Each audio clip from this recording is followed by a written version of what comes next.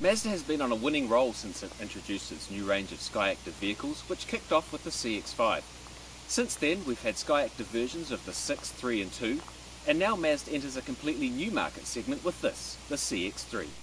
It slots into the growing compact SUV sector, competing against the likes of the Nissan Juke, Holden Trax and the other small, high-riding 5-door hatchbacks that are out there, and those that are set to arrive soon, like the Honda HR-V. It's a striking vehicle, and we reckon it's the best example of Mazda's Kodo styling theme to date. Despite the 3 in its name, it's actually derived from the Mazda 2, but is 215 mils longer, measuring 4.2 metres overall. It's 70 mils wider, but it sits on the same wheelbase as the 2, so it's certainly compact. With the seats set higher, there's a bit more rear legroom than you get in the Mazda 2, but it's still fairly tight. It's better up front though, with the same layout as the Mazda 2, and it's easier to get in and out of thanks to the raised seat height, though don't worry, that outrageous white leather interior is an optional extra.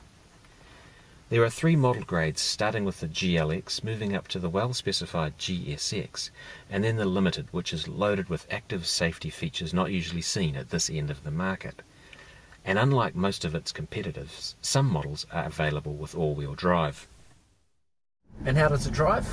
Well, quite convincingly really. As we've come to expect from Mazda, they tend to give their cars a bit more driver appeal in the competition, and that's certainly the case here. The steering is communicative enough to be interesting. While it's a little noisy on road, the ride's quite resolved despite the shortish wheelbase and the torsion beam rear suspension.